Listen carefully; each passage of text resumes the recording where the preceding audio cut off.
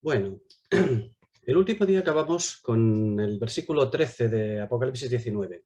Vamos a repasar un poco así. El versículo 13 nos dice que él está vestido de una ropa teñida.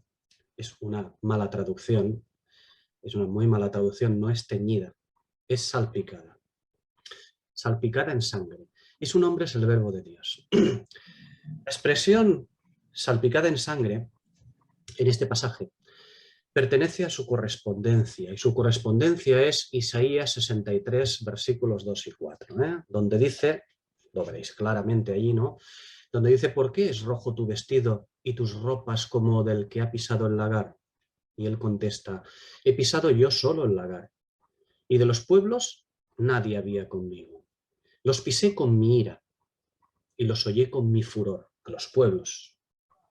Es una escritura profética, y continúa diciendo, y su sangre salpicó mis vestidos y manché todas mis ropas. Porque el día de la venganza que estaba en mi corazón y el ayo de mis redimidos han llegado. Bueno, esto es una escritura profética que está refiriendo precisamente a aquello de lo cual estamos hablando ahora. Y es exactamente la correspondencia de este pasaje, de este versículo de Apocalipsis 19, versículo 13. Cuando hablamos de Isaías 63, este salpicó, en hebreo es nazá. Salpicó, salpicar, tiene que ver con rociar. Es la misma palabra, nazá, es la misma palabra que encontramos en Éxodo 29, en el versículo 21, ¿no? Cuando dice allí, y con la sangre que estará sobre el altar y el aceite de la unción, rociarás sobre Aarón, sobre sus vestiduras, sobre sus hijos y sobre las vestiduras de estos. Y él será santificado, y sus vestiduras, y sus hijos, y las vestiduras de sus hijos con él.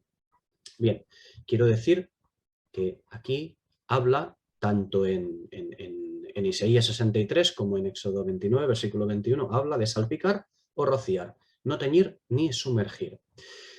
¿Puede no parecer importante? Lo es, por un motivo. No vamos a tratar ampliamente esto, desde luego, ni siquiera las vestiduras de Aarón, ahora no toca esto, pero sí que debemos de ser muy prudentes a la hora de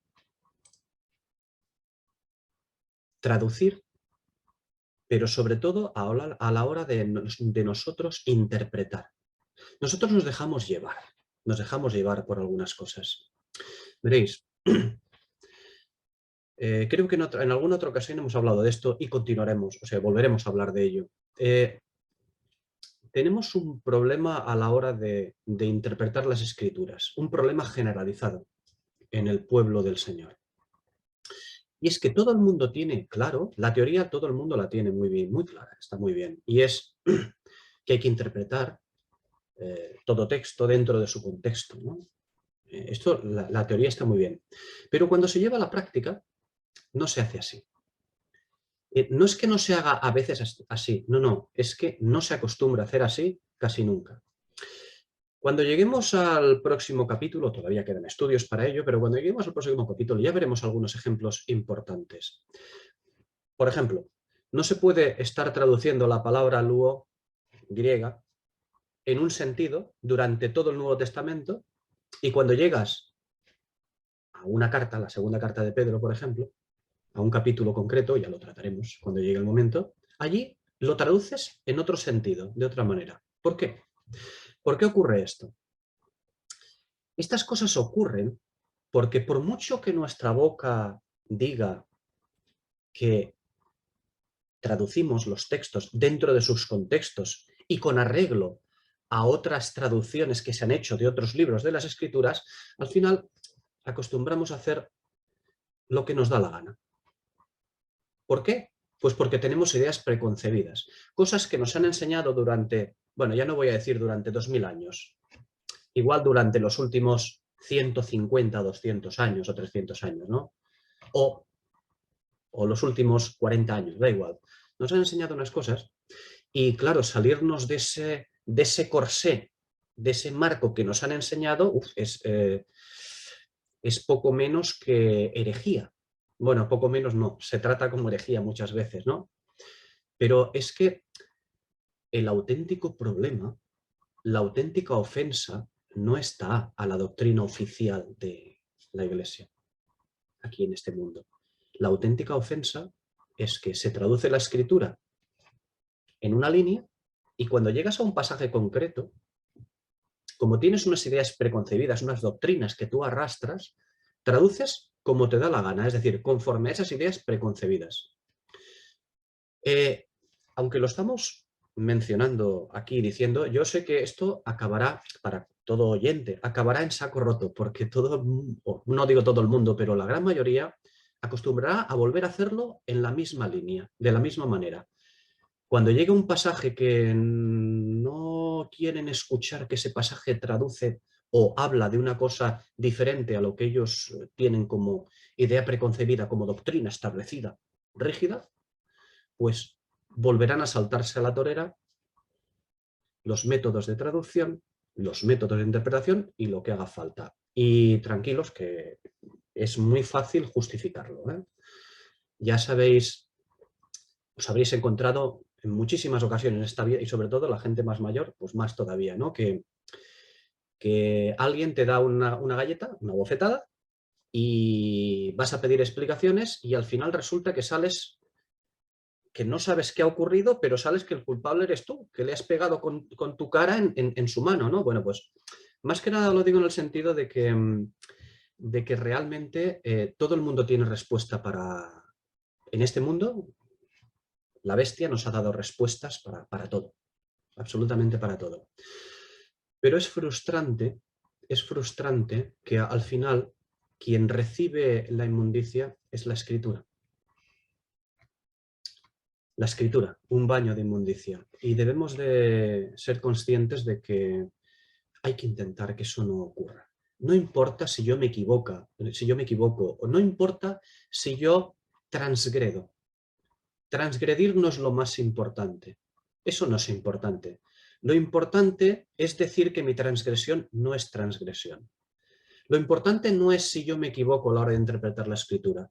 Lo importante es decir que la escritura tiene esa interpretación porque no hay otra. Es decir, justificar ese mal.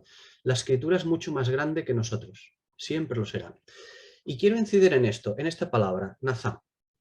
La palabra hebrea que traduce en el pasaje de correspondencia de Apocalipsis 19:13. Si dice sálpico, es sálpico.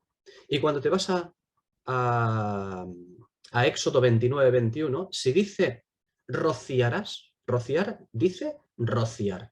¿De acuerdo? No tenemos que buscar otra cosa. A veces se busca que diga otra cosa diferente porque hay intenciones para ello.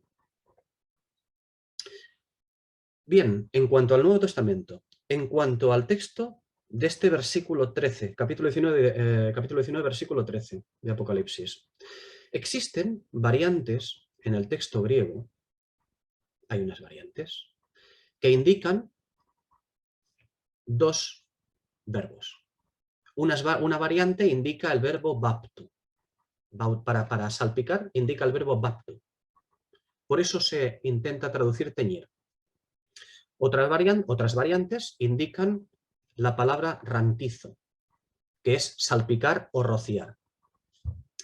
Bueno, y ahí se establece, digamos, una lucha para aceptar una palabra, bapto, o aceptar la otra, rantizo, porque existen estas variantes. A nosotros nos tiene que dar un poco igual. ¿Por qué? Porque a nosotros los léxicos, las variantes, no nos importan tanto como la escritura. Porque si tenemos un pasaje de correspondencia, no tenemos que recurrir a los expertos, ni a los léxicos, ni a esas palabras concretas. Tenemos que recurrir al pasaje de correspondencia. Y Apocalipsis 19:13 tiene su pasaje de correspondencia en Isaías 63, versículos 2 a 4. Y en Isaías 63, versículos 2 a 4, dice sálpico. Por lo tanto si fuera correcto el verbo bapto, como fuera correcto el verbo rantizo, el que tiene que incluir cualquiera de ellas variantes, tanto uno como otro tienen su correspondencia en Isaías 63.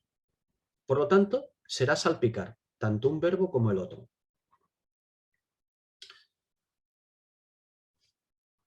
Porque lo que importa no es lo que digan, como he dicho, los expertos. El Antiguo Testamento, es decir, el pasaje de correspondencia, en este caso, bueno, no, yo estoy hablando de este versículo, pero realmente quiero extenderlo a los demás versículos, a los demás pasajes, en los cuales hemos visto pasajes también de correspondencia en las profecías del Antiguo Testamento y del Nuevo también, ¿no? Con respecto a Apocalipsis.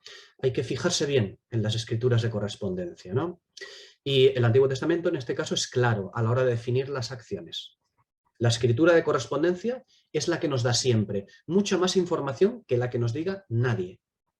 Ni siquiera los clásicos. Los clásicos son importantes acceder a ellos para ver cómo se expresaban en griego, pero no importa. El Antiguo Testamento, sus pasajes de correspondencia son muchísimo más importantes de que cualquier otra cosa. Bien, continuamos. En cuanto a Apocalipsis 19:13, continuamos tratando esto, pero ahora toda la expresión completa. Está teñido, está vestido de una ropa salpicada en sangre y su nombre es el Verbo de Dios. Bien, Joel 3 habla también de este tiempo. De Joel 3 también hablaremos más adelante. Ahora solamente lo citamos, ¿no? Pero una vez más, cuando habla de que está vestido de una ropa salpicada en sangre y su nombre es el Verbo de Dios, una vez más tenemos que abstraernos de ver sangre cayendo de los cuellos rebanados de los hombres. ¿De acuerdo? Lo que va a ocurrir físicamente cuando llegue ese momento a nosotros no nos ocupa. ¿Cómo van a morir la gente o cómo van a pasar de la vida que tienen a la muerte? No nos ocupa. Eso es cosa del Señor, ¿no? La muerte de los enemigos. Lo que nos debe ocupar es el sentido que el Espíritu quiere que entendamos, la significación de esto. Y aquí es muy importante observar. Está vestido de una ropa salpicada en sangre. Salpicada en sangre. Es muy importante entender esto. Por eso he comenzado hablando del versículo 13 de esta manera. Por eso he comenzado hablando sobre las traducciones y sobre las interpretaciones de esta manera. Hay que ser firme en cuanto a esto. Fijaos que hemos estado tratando la sangre, el simbolismo que tiene la sangre durante todos los capítulos en los cuales ha aparecido ella del libro de Apocalipsis, bastante y abundantemente. ¿Qué era la sangre? Pues la sangre, ahora en este versículo y en los siguientes que vengan, continúa teniendo exactamente la misma significación que ha tenido durante todos los capítulos anteriores en Apocalipsis.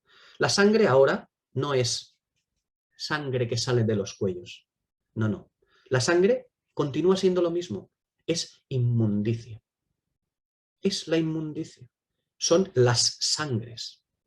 Las sangres, cuando el Señor pisa el lagar del furor y de la ira de Dios. Los dos, no uno solo. Del furor y de la ira de Dios. Son las sangres. ¿Por qué? Pues porque el Señor trae juicio, tanto en su forma de furor antes como en forma de ira después, en los cuales provoca que salgan las sangres, que se vean. Es decir, que ya no, que el bien no se llame mal, ni el mal se le llame bien, sino que sea claro, que afloren las sangres.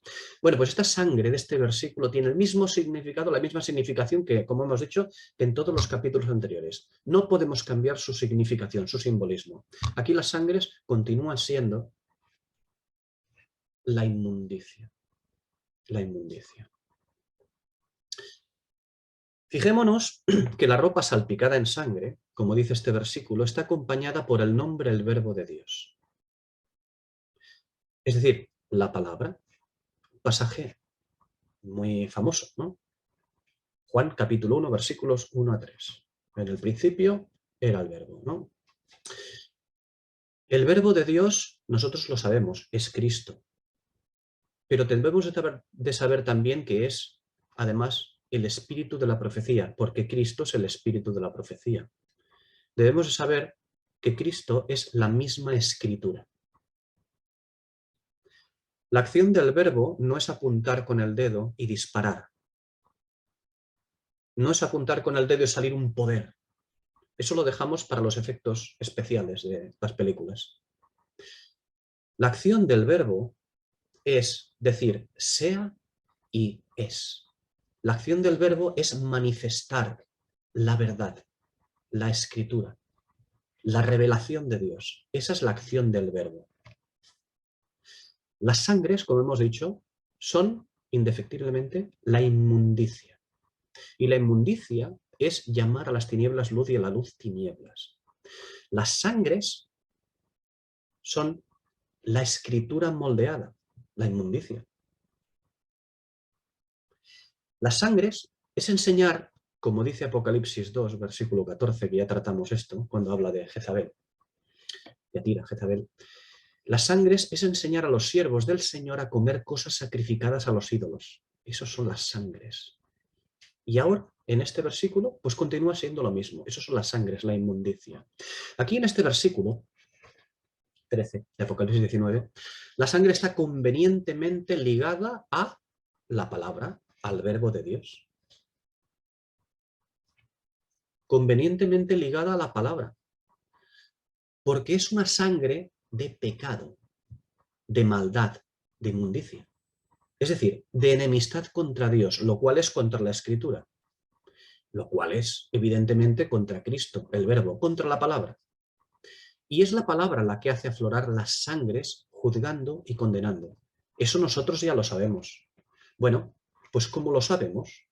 Aquí está diciendo exactamente eso, lo que ya sabíamos. Que lo que hace la palabra, el verbo, es hacer aflorar las sangres, la inmundicia, para que se vean, para que se pueda diferenciar, discernir, separar. ¿Y cómo lo hace? Juzgando y condenando. Es la palabra misma. Cuando decimos que es Cristo, claro que es Cristo, porque Cristo es el verbo, Cristo es la palabra, la escritura. Es la palabra la misma que pisa el lagar de Dios y muestra el resultado.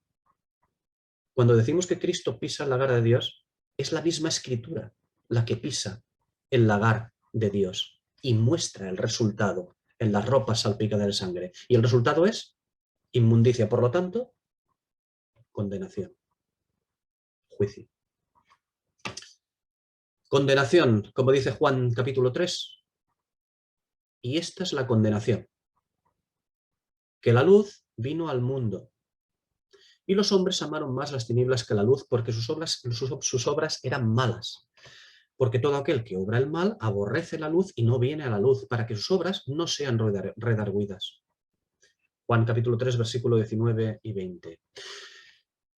Y aquí vemos, en este pasaje de Juan, vemos que el objetivo de la palabra,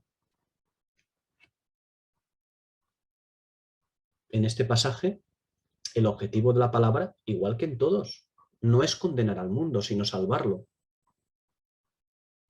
El objetivo es acercar a todos al conocimiento de Dios. Ahora bien, como hemos citado, ¿cuál es la condenación? Que la luz vino al mundo y los hombres amaron más las tinieblas que la luz. Dar la espalda a Cristo, es decir, a la Escritura, es decir, al verbo, a la palabra, es la misma condenación. ¿Qué significa esto? Significa que el Señor no apunta con el dedo y mata a la gente. El Señor no viene con una espada y degüella. No vierte la sangre de todos por todos lados. No. Son ellos quienes se matan a sí mismos. Son ellos quienes se condenan. Son ellos que emprenden el camino a la misma condenación. Nadie tiene que ayudarles a ellos. Esta es la condenación. Que la luz vino al mundo y los hombres amaron más las tinieblas que la luz. Porque todo aquel que obra el mal aborrece la luz. Y no viene a la luz pues para que no se vean sus obras, para que no sean corregidas, redargüidas, juzgadas. Bien, las vestiduras, decimos, están salpicadas de sangre por causa de la misma palabra. Porque han aborrecido la palabra y se han llenado de sangres. Y es hora de que las sangres se paguen. Cuando llegamos a este momento de este versículo, cuando llegamos a este momento de la venida del Señor, llega la hora de que las sangres se paguen. El verbo, la palabra, trae el tiempo de justicia. Es decir, como dice Efesios capítulo 1, versículo 10, trae la restauración de todas las cosas en Cristo en la dispensación del cumplimiento de los tiempos. Ojo, tanto las que están en los cielos como las que están en la tierra. Es decir, ¿qué es lo que trae? Trae el caballo del imperio de santidad y de justicia. De esto se trata todo este pasaje. Bueno, todo este pasaje y todo el capítulo posterior 20, ¿no? Bien, rápidamente. Los atributos que hemos estado viendo desde el versículo 11, que es donde comienza la sección, todos esos atributos nos enseñan cómo va a ser el reino del Señor desde su inmediata venida. Inmediatamente desde que venga, nos enseña cómo va a ser, qué carácter va a tener. Y el carácter que va a tener va a ser basado en la justicia ¿de qué? Del verbo, en la justicia de la Escritura, en la rectitud, aplicando juicio en su venida y manteniéndolo durante todo el tiempo a partir de entonces. ¿Y qué es lo que se va a aplicar? La Escritura. ¿Hay otra cosa que aplicar diferente que la Escritura? No. Ahí está toda la justicia, toda la mente de Dios, toda la mente de Cristo. Es la Escritura lo que se aplicará. Y es importante contemplar además, ahora mismo, estos versículos, desde que hemos comenzado la sección, desde el versículo 11, los versículos 11 a 13, es importante contemplarlos como un conjunto. Rápidamente, el versículo 10, como ya dijimos, uno de los más importantes de toda la Escritura, el versículo 10 nos muestra el testimonio de Jesucristo, es decir, el candelero entregado a los hombres para que hagan un uso adecuado de él. Y también, además, nos muestra el ministerio de los ángeles, es decir, el espíritu de la profecía, es decir, la Escritura, pero en su forma de misterios desvelados completamente. Ese es el ministerio profético, que es el ministerio de los ángeles.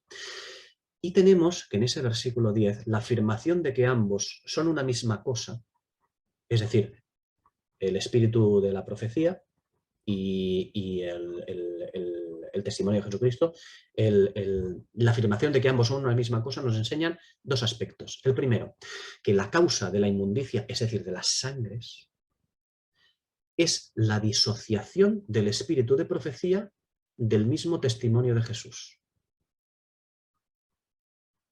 Es que el testimonio no ha seguido al espíritu.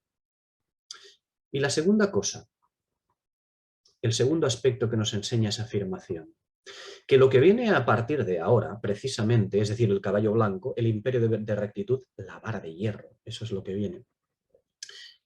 Lo que viene ahora es invariablemente un testimonio conforme a la Escritura. Eso es lo que leímos en, no recuerdo el capítulo, el Evangelio Eterno. Ese es el Evangelio Eterno. Que lo que viene es un testimonio conforme a la Escritura. Ese es el testimonio, ese es el Evangelio Eterno que va a venir. Pero ese tiene que ver con vara de hierro durante el milenio de las naciones.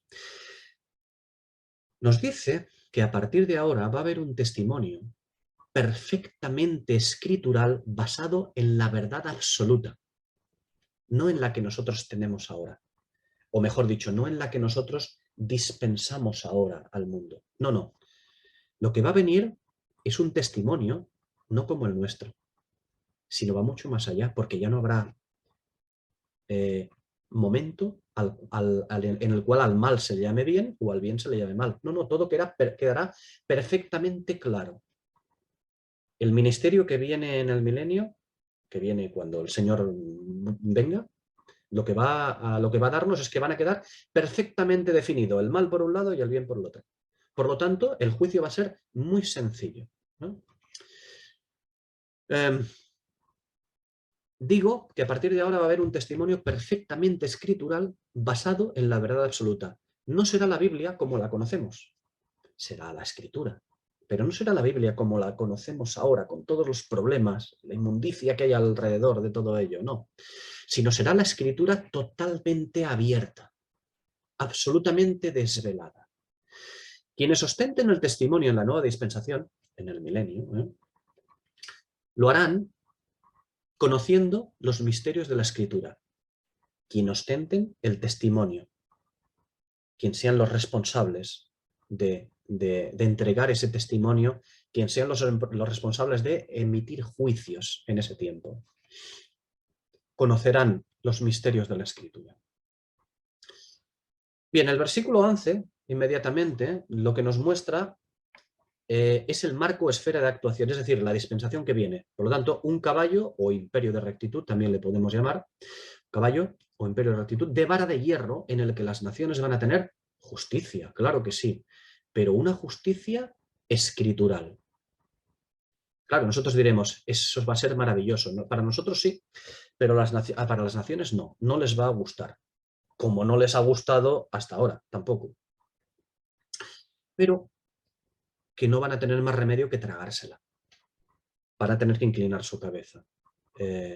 Bien, en el versículo 12, lo que se nos ha mostrado, lo que se nos mostró, son los atributos, unos atributos que tienen que ver con la capacidad escrutadora, los ojos, la capacidad escrutadora en juicio impuesta desde el reino de justicia que se establezca, al que toda nación deberá inclinar su cabeza, porque el imperio hegemónico, es decir, de dominio de las naciones, va a pasar pues, al jinete que monta ese caballo.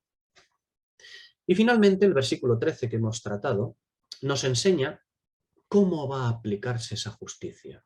¿Y cómo va a aplicarse esa justicia? El verbo, desde la escritura, haciendo sangres. Se va a aplicar haciendo sangres, desde la escritura, desde el verbo, desde la palabra. Aquella palabra que hace brotar las sangres, aquella que muestra la verdad oculta, para que la inmundicia no quede más oculta o tolerada o modificada en su concepción. Para que, como hemos dicho ya antes, para que el bien, definitivamente, de una vez por todas, permitiendo la expresión de una puñetera vez, para que el bien, entre los hombres, de una puñetera vez, sea llamado bien, y el mal sea llamado mal por su nombre, sin margen de error. Este versículo 13 es el tiempo, o dispensación, llamémoslo como queramos, en que la espada no será ya detenida, como dice otra escritura. Ya no se detendrá la espada de las sangres. Ese día ya no habrá detención de la espada para hacer sangres. No, la espada ya no será detenida, sino que podrá mostrar las sangres, como dice Jeremías 48:10. Todas las sangres. De ahí la ropa salpicada. Por lo tanto, estos versículos no están hablando de una batalla o guerra sangrienta donde se cortan cuellos, sino de una nueva dispensación, la última dada al hombre debajo del sol, en que habrá un régimen de tutela escritural a todo el mundo que mostrará las sangres claramente. El pecado será visible. Se podrá juzgar claramente. Bien, y pasamos al versículo 14, donde dice: y los ejércitos celestiales, vestidos de lino fino, blanco y limpio, le seguían en caballos blancos. Bien, una vez más, no sé exactamente, según la traducción que haya, en la versión de Reina Valera del 77, habla de lino finísimo. No, lino fino. Lino fino. Eso es importante también. No es lo mismo el lino fino que el lino finísimo. Ni siquiera es lo mismo que el lino a secas. Bien. ¿Quiénes son estos de los ejércitos celestiales que cita el versículo 14? Bueno, para responder a esto debemos fijarnos en tres aspectos. El primero. El primer aspecto nos hace fijarnos nuevamente en su montura. Para saber quiénes son, debemos de fijarnos en su montura. Montan caballos. No es un solo caballo imperial. Un solo caballo indica pues, algo que es el reino, el poder imperial del reino. No, sino que cada uno monta uno. ¿Por qué? Pues porque tiene que ver con el gobierno del caballo inicial, evidentemente, ese gobierno que se va a ejercer en el tiempo de su aparición. Es decir, aquellos que montan los caballos no montan el caballo imperial blanco, pero sí montan otros caballos. Van a tener una función en ese gobierno, en ese reino que aplica vara de hierro a las naciones. Va a tener capacidad de enseñanza escritural y, por lo tanto, de juicio, los que montan. No olvidemos que están vestidos de lino fino. Ya veremos por qué. Recordáis que estuvimos hablando de pasajes en capítulos anteriores cuando hablaba de lino o de lino fino, que se refería a diferentes aspectos, pues ahora veremos el porqué. Bien, como decía, el caballo es el poder imperial sobre la tierra, y estos de los que hablamos tienen una soberanía delegada, por lo que van a ejercer un gobierno blanco. Es decir, un gobierno de rectitud basado en la palabra, basado en el verbo de Dios. Vamos a ver el segundo aspecto. El segundo aspecto, que nos acota aún más, es que pertenecen al cielo. Estos jinetes, estos ejércitos, son celestiales, pertenecen al cielo. Tienen soberanía delegada, es decir, van a reinar con Cristo, pero no son los vivos que salen de la tribulación, sino los que están en el cielo y vienen con Él. Esto es importante también. Son celestiales. El tercer aspecto que nos acaba de identificar ya a los que vienen con Él es su vestido. Ahora sí, su vestido. Puede haber santos vestidos con vestiduras blancas, de santidad, claro que sí, de justicia y santidad. Pero el lino está reservado a otros menesteres. Podemos observarlo en el estudio acerca del versículo 8 de este mismo capítulo 19 que estamos tratando en la anterior sección. Allí podemos observarlo, el lino. Ahora bien, el lino fino, el fino solo es exclusivo de la esposa, solo lo usa ella, solo lo usan las esposas. Ella lo usa el lino fino. Nadie más usa este en la escritura. Y la característica añadida al versículo 8, de ese que hablábamos ahora, ese blanco añadido, que se le ha añadido ahora, allí en el versículo 8 vimos que era lino fino, la esposa, claro. Pero ahora se le ha añadido algo más, lino fino, blanco y limpio. Es importante ver esto. Este añadido, este blanco añadido ahora, que no lo tenía antes, este blanco añadido ahora evidentemente indica que los portadores de ese vestido tienen un cometido importante en la instauración del reino milenario. Blanco indica cómo es el reino, de rectitud, de la vara de hierro. Perfecto. Y ahora a estos que llevan el vestido de lino fino, no solo se les dice que van vestidos de lino fino, sino que además se le dice que son que es blanco. ¿Por qué? Porque tienen un cometido. Tienen un cometido. Muy importante cuando se instaure ese reino, el reino blanco, naturalmente. Son los responsables, estos que vienen, son los responsables de enseñar juicio y justicia en la nueva dispensación. Por lo tanto, ahora ya comenzamos a saber quién van a ser. No se habla de ella, evidentemente. No se habla de la Iglesia, porque no es el momento, pero ya sabemos quiénes son. Ya sabemos quiénes van a ser estos que vienen con él a ejercer un ministerio blanco, con caballos, de poder de justicia delegada. Por lo tanto, como decíamos al principio, así que no vamos a matar a los malos destripándoles y dejando que las aves carroñeras se los coman. No, este no es nuestro cometido. Nosotros no nos vamos a dedicar a eso. El Señor tampoco se va a dedicar a eso. Nuestro cometido es uno de justicia, un cometido blanco, basado en la palabra de Dios, porque seremos los acompañantes del verbo de Dios. Nosotros acompañaremos a ese verbo de Dios. Nosotros somos los ejércitos celestiales que acompañamos a ese verbo. No olvidemos que esos ejércitos celestiales están perfectamente acotados, ¿eh? No es cualquiera, no. Son los que están vestidos de lino fino.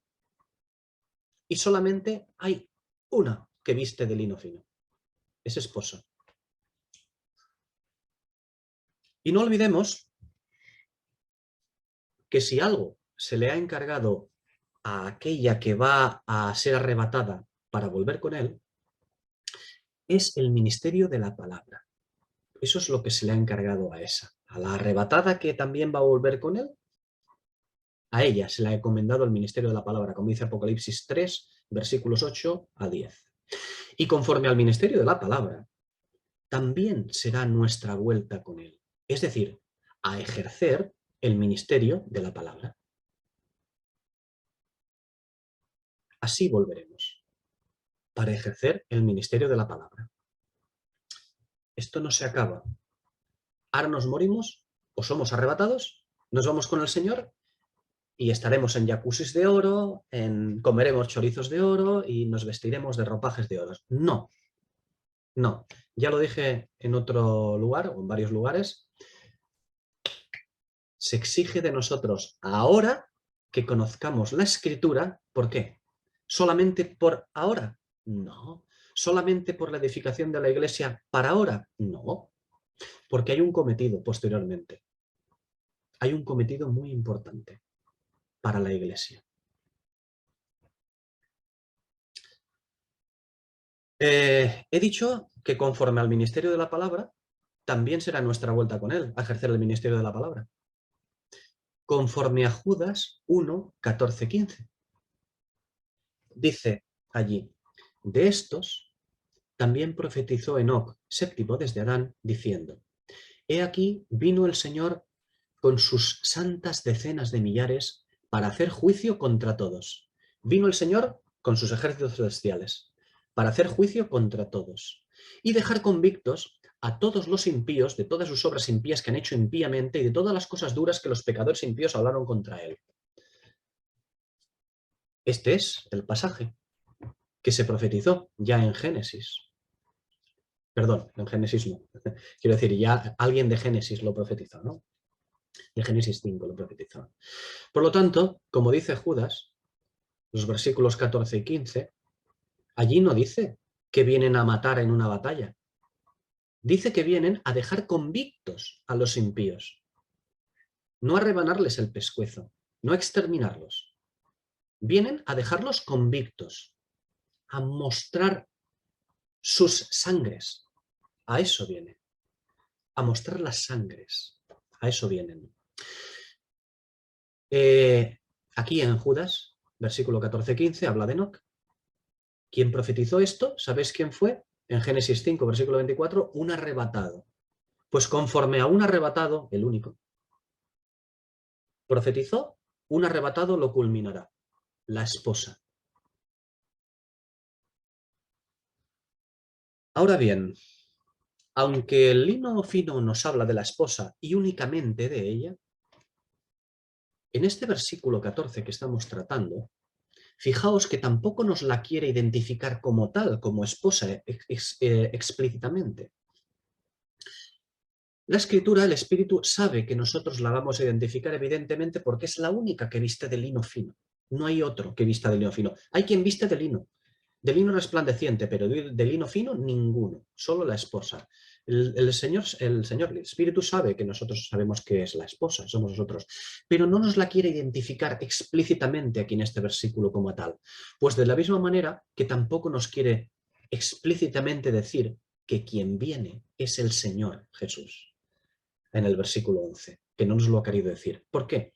Porque el interés es el caballo, el imperio de justicia y de juicio. Digo que no nos la quiere identificar como tal a la Iglesia en este versículo abiertamente. Y eso es porque ahora no se trata de la coronación y las bodas del esposo. Ahora se trata de verlos, a estos que vienen a nosotros, los que venimos, los que vendremos con él, se trata de vernos como aquellos a los que se les encomendó el ministerio de la palabra y que vienen con un cometido acorde a ese ministerio de la palabra, a enseñar juicio y justicia. Somos, serán, seremos, los que tienen la mente de Cristo. ¿Por qué? Porque se les dio a ellos, a la Iglesia. No se les dio a todos, se les dio a la Iglesia. No a otro candelero, sino al candelero del cual se ocupó Pablo. Y aquí viene la pregunta, podría venir una pregunta. Entonces, ¿todos aquellos a los que se les encomendó el ministerio de la palabra son los que van a estar en primera línea de juicio y enseñanza de la Escritura? Es decir, ¿toda la Iglesia? Desde luego que no, claro que no. ¿En primera línea de juicio? No. Un mediocre jardinero no puede esperar que se le encomiende un huerto real. Ya hemos hablado de esto, de esta metáfora, ¿no? Desde luego que no. Claro que no. No toda. No todos van a estar en primera línea de juicio y enseñanza. No. Es ahora. Ahora, en nuestro tiempo, ahora mismo, del cual tiempo llevamos ya casi 2000 años. Es ahora en este tiempo, en el tiempo de la paciencia de Jesucristo, cuando hay que recibir y sobreedificar ese ministerio. Primera a los Corintios 3:10 y segunda a Timoteo 2:15. Ahora es el tiempo que debemos recibir ese ministerio de la escritura, de la palabra, de la enseñanza, y debemos de sobreedificar. Debemos, para entendernos así en lenguaje coloquial, debemos pertrecharnos, prepararnos para cuando llegue el momento, para cuando llegue este tiempo. Existe la creencia de que cuando seamos arrebatados, a partir de que ya seamos arrebatados, pues ya vamos a conocer y dominar toda sabiduría. Y esta es una creencia basada en una mala interpretación de la primera carta a los Corintios, capítulo 13, por cierto, en el versículo 12. Dice que conoceremos como fuimos conocidos, ¿no? Pero eso es una mala interpretación, pensar que lo vamos a saber todo ya. Claro que comprenderemos. Y comprenderemos todas las cosas, pero ello no implicará haber asimilado la escritura de manera que podamos darla o aplicarla a otros. No, no lo va a implicar. ¿Qué creemos? ¿Que llegaremos y el arrebatamiento nos dará polvo de hadas? Perdonad que lo diga así, no es ninguna irreverencia. Irreverencia es pretender que con nuestra vagancia o con nuestra inmundicia, cuando lleguemos allí, encima, se nos dé todo conocimiento y toda sabiduría y toda inteligencia y toda agua pura, es lo único que nos falta. Pues no, no.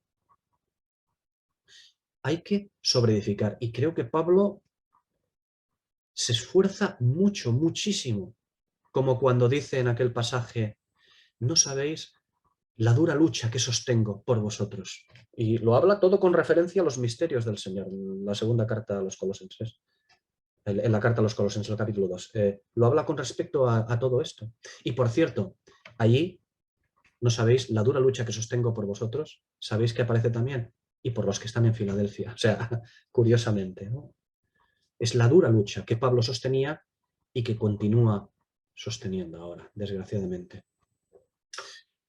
Interpretar primero a los Corintios 13:12 como que dominaremos toda sabiduría divina es premiar la indolencia y la vagancia.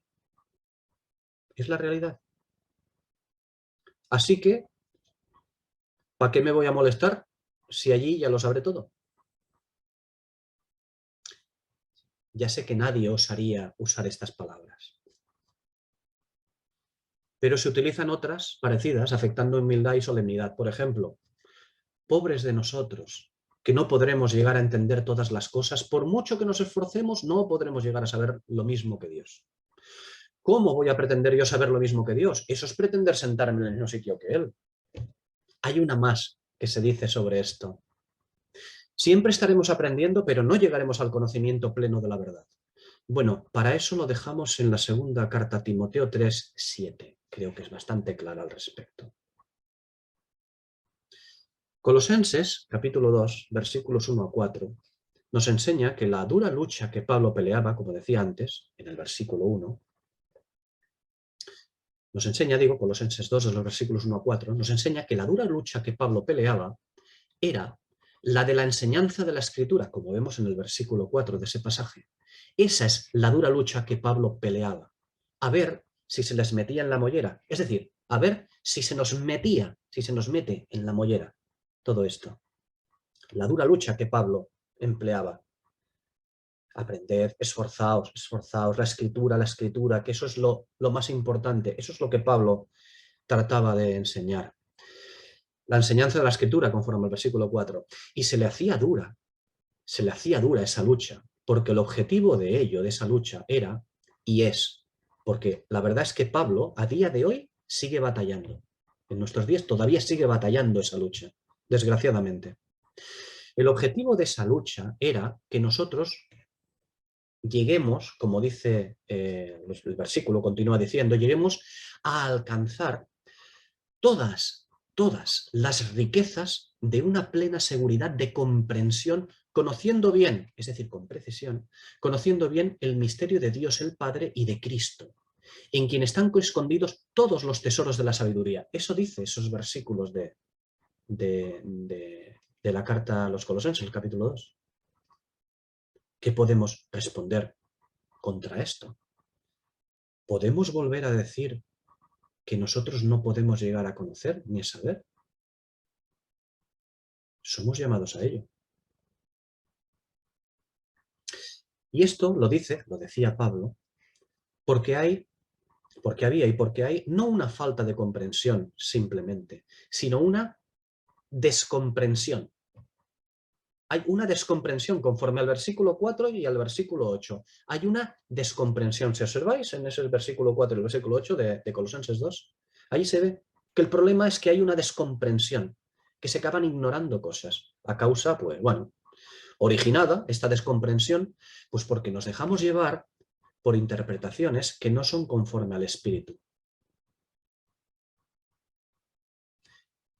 Y como he dicho antes, es que quizá pensamos que la mención de la Odisea en el versículo 1 de Colosenses 2 es casual.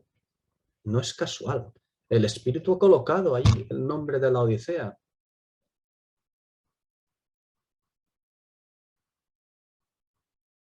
Las cosas del Espíritu en la Escritura, casualidades ni una, ya lo sabéis, ni una. En fin, retomando el hilo, con respecto a nuestro ministerio, ¿no? Decía que un jardinero mediocre no va a tener el huerto real. Y un cocinero mediocre no puede esperar guisar los platos del Palacio Real, ¿verdad que no? No se le va a encargar. Quizás trabajará en cocinas, pero no guisando. Quizá fregando platos o picando cebolla. Ojo, que los platos de una mesa del reino, lavar los platos de una mesa del reino y la cebolla que se usará en el reino no es poca cosa, ni mucho menos, no es poca cosa, pero no cocinará. Y esto lo uso como una metáfora, no que vayamos a tener empleos parecidos, no a estos ni mucho menos, no habrá estos empleos. Lo digo con respecto al ministerio que se nos ha encomendado, el de la escritura. No esperemos que vayamos a ser puestos en lugares de amplio rango de juicio, de justicia y de enseñanza, porque no va a ser así. Estarán los que tengan que estar, pero todos no. Desde luego que no.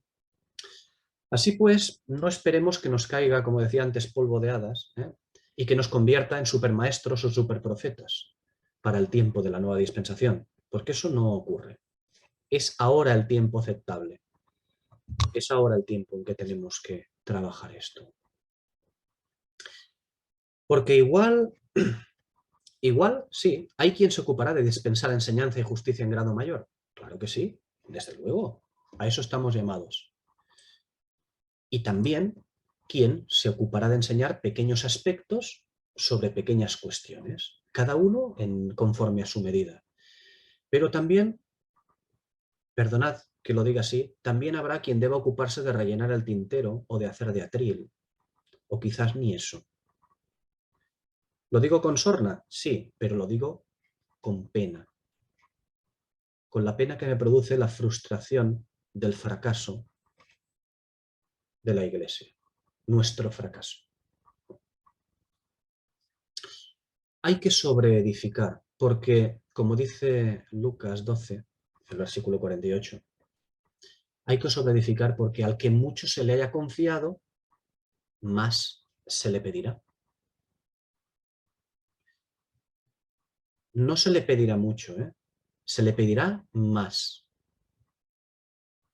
¿Fijáis la expresión?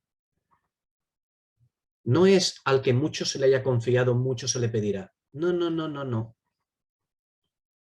Ni es al que más se le haya confiado, más se le pedirá. No, no, no. Al que mucho se le haya confiado, que es mucho, más se le pedirá. ¿Más de lo que se le ha confiado? Claro. ¿Por qué? Porque tiene que hacer que lo que se le ha dado lo multiplique, sobreedifique. Así que no todos van a estar en primera línea de juicio y enseñanza de la Escritura, que es lo que enseña la mente de Cristo, y también juzga según esa misma mente, porque la Escritura, como hemos dicho, es Cristo. El testimonio de Jesús, eso es lo que debería ser, lo que deberíamos ser. Lo que los hombres, la Escritura, el testimonio, el espíritu de la profecía, lo que los hombres, eso es lo que los hombres deben recibir para vivir, y lo que los hombres deben recibir para morir. ¿Por qué? Pues porque la Escritura salva, pero la Escritura también condena. La Escritura produce sangres. Este es el sentido de este versículo 14. Que los que vienen con él vienen a ejercer juicio y justicia delegada. Vienen con la palabra, con la palabra, con la palabra, no con la palabra, no con la Biblia en la mano. Ya no van a tener que hacer uso de ella. La deben haber asimilado. Vienen con la palabra para santidad. No hablamos de salvación de alma, ¿eh?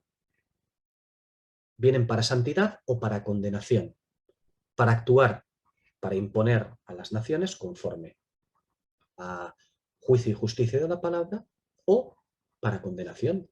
Eso ya tiene que ver con la decisión de cada uno en el milenio, en las naciones. Cada uno sabrá lo que tiene que hacer. Bien.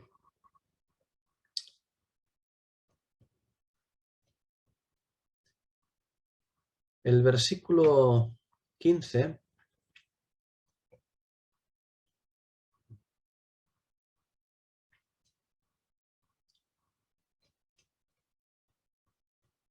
creo que el versículo 15 lo dejamos para el próximo día. Lo dejamos para el próximo día, pero bueno, adelantamos que en el versículo 15 habla de que de su boca sale una espada aguda para herir con ella las naciones, y él las pastoreará con vara de hierro, y él pisa el lagar del vino del furor y de la ira del Dios Todopoderoso. Bien, solamente, antes de terminar, solamente para hacer referencia, que sigue hablando exactamente de lo mismo. Atributos que tienen que ver con lo que va a ocurrir, con esa dispensación. De su boca sale una espada aguda. ¿Para qué? Para herir con ella las naciones. No mata a nadie. Quiero decir, en una batalla no mata a nadie.